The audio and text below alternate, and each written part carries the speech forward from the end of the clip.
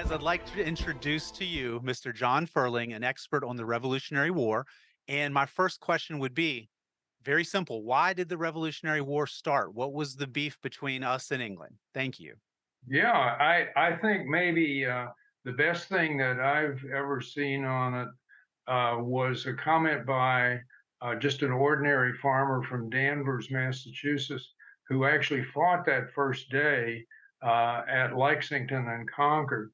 And after the battle, he was asked, "Well, why did you take up arms and fight today?" And he said, "Because we had always governed ourselves, and Britain no longer wanted us to govern ourselves." And I think that kind of encapsulated things. And obviously, there had been a long run up with the British trying to tax the Americans and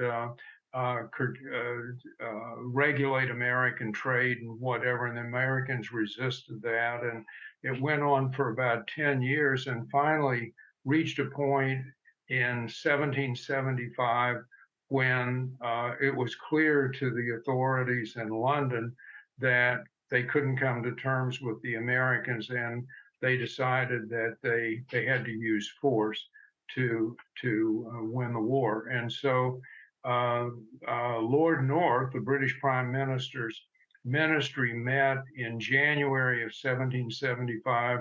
They discussed going to war. It wasn't a spur of the moment thing. They had actually discussed going to war about a year earlier, and they weighed what was likely to occur and whether they could win the war. And unanimously, they felt that it would be pretty easy to win the war. That they had a professional army, they had the world's greatest navy.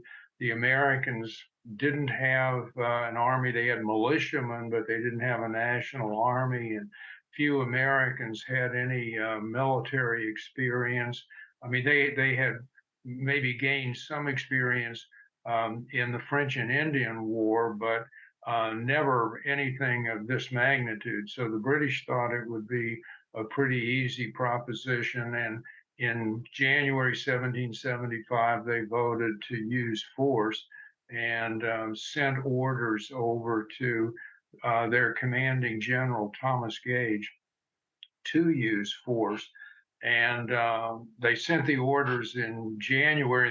This was not a time period of speedy communications. He didn't get the orders until April, but as soon as he got the orders, he sent troops out to Concord, where there was a colonial arsenal, Massachusetts arsenal, and his idea was to seize that. And along the way, there was shooting in Lexington, a little town before you get to Concord, then more shooting in Concord, and then a lot of shooting on the road coming back from Concord to Boston.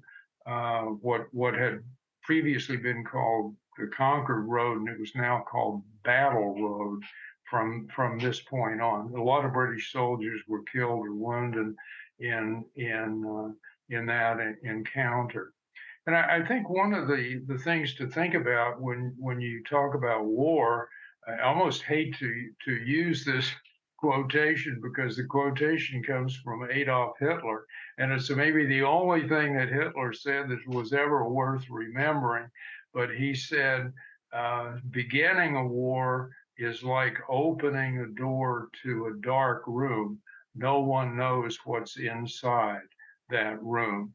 And so the British went in having made some miscalculations. They thought it would be an easy war, and it wasn't. It turned out to be a war that went on for 8 years, and ultimately the British lost the war. Could you explain the difference for my students in a militia and a regular army? Sure. Well, a regular army consists of men who come in the army, they stay in the army for a long time. In the 18th century, in Great Britain, France, Spain, the European countries, men who came into the army generally stayed. I mean, they would come in when they were in their late teens or early 20s, and they stayed in for almost a lifetime until they were in their early 50s, and they were just too old to handle the rigors of soldiering. So they gained experience. They were in battles. They were battle hardened veterans. But militiamen, on the other hand, generally just served during emergencies. And when they were called up for duty, they customarily, at least in the colonies, they customarily served for only about 3 months or so. And that was true in the Revolutionary War as well. Now, the Americans, at George Washington's behest, created a regular army or a standing army a couple of years into the war. When the war broke out, Congress mandated that men who came into the Continental Army, which was formed just a few weeks after the fighting at Lexington and Concord, that men who came into the Continental Army would serve for 1 year. And at the end of that 1 year, they all left the army, and Washington was left with nobody in the army. And here he was right across the Charles River in Boston from a veteran British army. And his skin was saved by the fact that the governors in New England primarily mustered their militia and got militiamen there until Washington could recruit another army. But Washington asked Congress, give me a standing army. And Congress refused to do that in 1776, and once again mandated that men who came into the Continental Army would again serve for 1 year. And at the end of 1776, all those men left the army. So this time, again, with Washington appealing to Congress and the army of 1 year soldiers who weren't veterans, weren't battle hardened, had suffered defeat after defeat in the New York campaign in 1776. And Congress thought, we've got to listen to Washington. So what Congress did beginning in 1777 was say that men who came into the Army were to serve for 3 years. And a couple of things happened. One thing was that the, that Congress found it extremely difficult to recruit men for 3 years. I mean, these guys were mostly farmers, and if they were away from their farm for 3 years, they didn't have any income. If they didn't have any income, they couldn't pay the tax collector. If they didn't pay the tax collector, they lost their farm. So they didn't want to serve for 3 years. So Congress, despite the law, had to make provisions to permit some men to serve for just 1 year. And so they kind of got around that by offering inducements for men to serve for 3 years. If you serve for 3 years, will give you more things like blankets and shoes and whatever. And then finally they offered them land at the end of the war, and that was one way to get men in for 3 years. But then at the end of 3 years, those men wanted to leave the army, and so Congress then did something else, and it said, "Well, wait a minute, we didn't say you were in for 3 years. We said 3 years or the duration." And the man said, "Well, I have no recollection of that." And Congress said, "Well, that's the law." So and there were that led to mutinies in the army, and Congress had to backtrack and give the mutineers a chance to either re-enlist or leave, and about half of them re-enlisted, and then they got other enlistments. So the United States did have a standing army beginning in 1777, and that remained throughout the remainder of the year.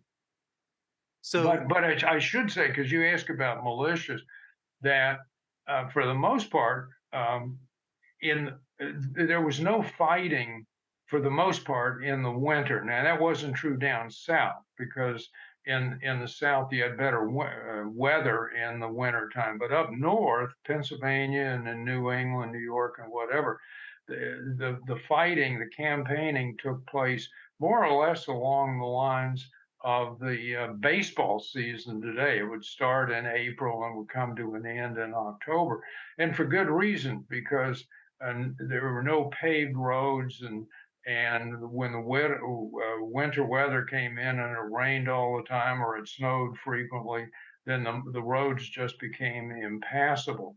And uh, but down south, they could fight all year long. So in the winter time, Washington would put his army into what were called winter quarters, and they weren't out in the field. There was no fighting during that time. But then when the campaign season would begin in April or May, then Washington's army would take the field and they would fight battles like the Battle of Brandywine and Germantown, whatever, during that period.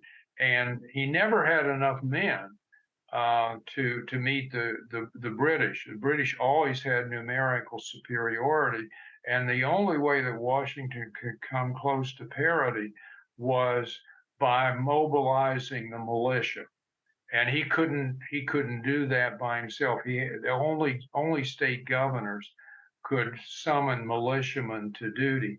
So Washington would appeal to the state governors in states that were near where the campaigning was going to take place, and they would muster the militia. And militiamen during the fighting comprised about 50% of the American troops, and the Continental soldiers, the regulars, the other 50%. So you mentioned George Washington. So why him? Why was he selected as the leader? Was it just because he was on the dollar?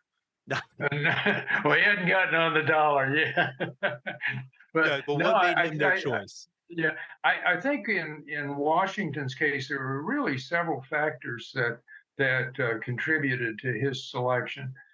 He had been a commander during the French and Indian War. He commanded what was called the Virginia Regiment for 4 years, so he gained military experience. Now his campaigning was mostly against Indians in that war, so he didn't have much experience against European armies, and it showed at the beginning of the Revolutionary War. But he had as much experience or more than most colonists.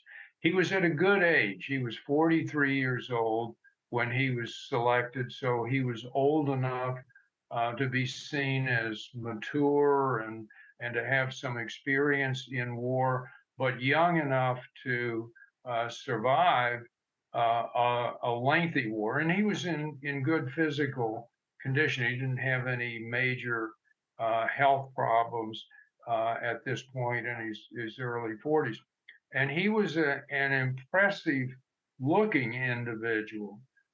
He stood. This was a time period when people were customarily much shorter than they are today, and it was, I think, because of diet and nutrition, but the average height of American-born soldiers was 5 feet 7 inches tall. And incidentally, that was the same height. The height of American soldiers in World War II was only 5 feet 8 inches tall. Now I think it's about the average height is 5'10", maybe just a fraction above 5 feet 10 inches. But Washington stood 6 feet 4 inches. So he really towered over the men of his age. I mean, he would have been the equivalent of somebody who today would be 6 feet 7, 6'8", 6'9", something like that. And he was in good physical condition. He had been a surveyor as a young man. He had lugged around all the surveying equipment. And people talked about him having powerful shoulders and arms and chest muscles and whatever. And in fact, the first time that we know that Washington weighed, he was 50 years old and he weighed 210 pounds.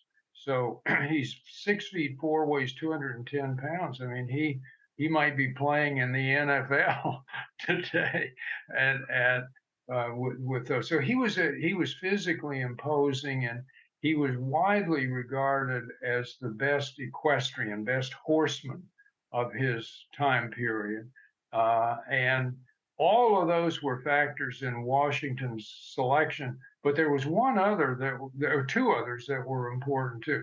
One was Washington had been a delegate to both the first and the second Continental Congresses in Philadelphia. One first met in 1774, second one in May of 75, and that was the Congress that created the Continental Army. And so the delegates, knowing it was pretty likely that war was going to be coming, and they were in the back of their mind, they thought one of these days we're going to have to select a commander, and Washington may be the guy. So a lot of the congressmen, like John Adams and others, really interviewed Washington to try to kind of gauge whether this guy could be trusted with an army and whether he might know what he was doing as commander of a continental army. So that turned out to be important as well. And the other thing was that the only army that existed when the Continental Army was created was an army exclusively of New England people that on the morning after Lexington and Concord, soldiers from Rhode Island, Connecticut, New Hampshire, and Massachusetts showed up outside of Boston, and they formed an army that newspapers called the Grand American Army, and they that was it. I mean, that was the only army that existed for about 6 weeks until Congress created the Continental Army. And there was a feeling, and by in creating a Continental Army, they obviously wanted a national army, and they wanted to get not only New Englanders, but they wanted to get Pennsylvanians and Virginians and South Carolinians and whatever into the army.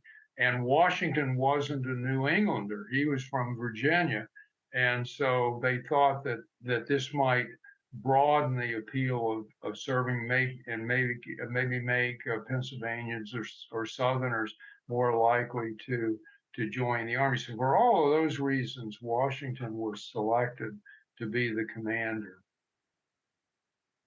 That's excellent. Thank you. I learned a lot right there. So time is flying when you're having fun. Do you have enough time for one last question? Yeah, sure. Ask two or three more if you want Okay. to. Well, I'm just saying it's like you've gone so in depth and I appreciate it so much. So I live here about 15 to 20 minutes away from Yorktown. So that's Right. always something. And believe it or not, our students, they know that Yorktown's, important for something, but they don't always necessarily know the significance. Could you give us any type of background or overview of the Battle of Yorktown? Yeah, sure. Let me just try to put Yorktown in context. The siege at Yorktown occurs in October of 1781. And so at that point, the war is almost 7 years old. It had started in 1775, and initially, it looked as though the British were going to just steamroll over America, but America survived those early years, and then the war became a stalemate, largely because the French and the Spanish assisted the Americans. In fact, maybe the most famous uh, publication during the American Revolution was Thomas Paine's Common Sense. And in Common Sense, Paine called for independence, and he one of the reasons for calling for independence was he said, look, we can't win this war unless we get foreign assistance, and there's no incentive for any foreign country to help America if our objective is to reconcile with Great Britain. But if we declare independence and Britain loses the colonies and they're weakened in the process, then they may help us. So the French came in, began to secretly assist the Americans in 1777, and then they entered the war themselves by forming an alliance with the Americans. and sent a navy over, and then eventually sent an army over, and all of that stalemated the war. And from 1778, 79, 80, into 1781, it wasn't clear who was going to win the war. I mean, it's very different, I think, from the Civil War or World War II. In both of those wars, as you get down to the last year or so of the conflict, it's pretty clear that Hitler was toast and the Allies were going to win that war. It's pretty clear when you get into well on into 1864, the Union was going to crush the Confederacy and win that war. But as late as 1781, no one knew how the Revolutionary War was going to come to an end. And in fact, a great many people, including some of the diplomats in Europe, felt that probably what was going to happen was if there wasn't a decisive victory scored by the Americans and the French in 1781, then the Europeans, all the belligerents, would have a peace conference and they would decide the outcome of the war. And who knows what kind of decision they would have reached. Maybe it was one in which the U.S. didn't get independence, or maybe they did get independence, but they didn't get all 13 states. Maybe it would be a United States of only 10 states, because the British could make a pretty good argument that North Carolina, South Carolina, and Georgia were under their thumb and wouldn't shouldn't be part of the United States. So 1781 is really the crucial year, and at the beginning of that year, everybody, the British leaders, the French leaders, the American leaders, knew it was the last year of the war. The war was 7.5 years old. Everybody was tired of the war. They wanted to get it over, and they had to somehow or other score a decisive victory during that year. So the commander of the French army in America, Comte de Rochambeau, uh, urged that a navy be sent over to America, and that navy come to the Chesapeake. And because there was a large British army of about 7,000 men under General Cornwallis, Earl Cornwallis, in Virginia at the time. And he didn't know whether the Navy would come up from the Caribbean to Virginia or not. Washington really wanted them to come to New York. He thought gaining New York would be a more decisive victory than scoring a victory in Virginia, because the army in New York was about twice as large as the army in Virginia. But the army, Washington and Rochambeau learned in mid-August that the French fleet under Admiral de Grasse was coming from the Caribbean to the Chesapeake. And so those two armies, which had joined together just above New York City, crossed the Hudson and then came down through New Jersey and Pennsylvania and Maryland. And at the top of the Chesapeake, at Head of Elk, they got many of them got boats. There turned out there weren't enough boats for them all to come via the water down to the Chesapeake, so some had to come by foot. But they all came there and caught Cornwallis by surprise and encircled Cornwallis's army so he couldn't escape from um, Yorktown. And they began the siege of Yorktown. And the siege just amounted, by and large, to firing thousands and thousands of artillery rounds at the British as the French and the American armies moved closer and closer to the town. And of course, as they moved closer, the artillery was more effective. And after about almost 4 weeks of it, Cornwallis had lost a lot of men. He knew he was running out of food. He knew there was no hope of escape, and so he waved the white flag.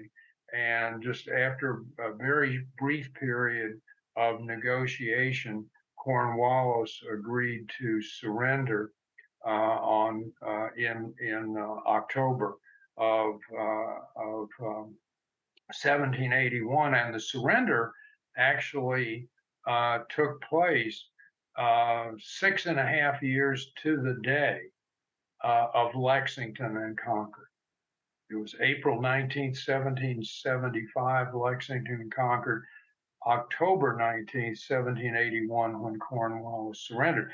So the Allies had their decisive victory, and very shortly after the news of Yorktown reached Europe, negotiations began, and a little short of a year later, those negotiations culminated in a peace treaty that was known as the Treaty of Paris of 1783. And under that peace treaty, the United States was recognized as an independent country. All 13 states were part of the United States.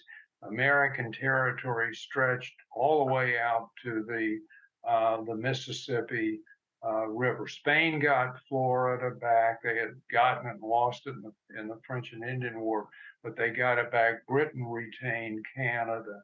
And so that was the end of the war. And Wow, that was amazing. it was a war that I might mention in which a lot of people died.